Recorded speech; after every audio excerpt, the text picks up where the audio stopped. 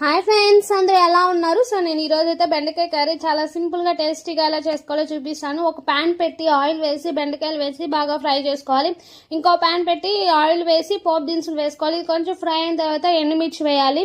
So ఇందులోనే మనం onions కూడా వేసుకోవాలి. ఆనియన్స్ అనేది మనకు కొంచెం బాగా మగ్గాలి. సో ఆనియన్స్ అంతా బాగా ఫ్రై అయిన తర్వాత మనం ఇప్పుడైతే ఇందులో కొంచెం కరివేపాకు వేసుకుందాము. అంతే సరిపడేంత రాళ్ళు ఉప్పు కూడా వేసుకుందాము.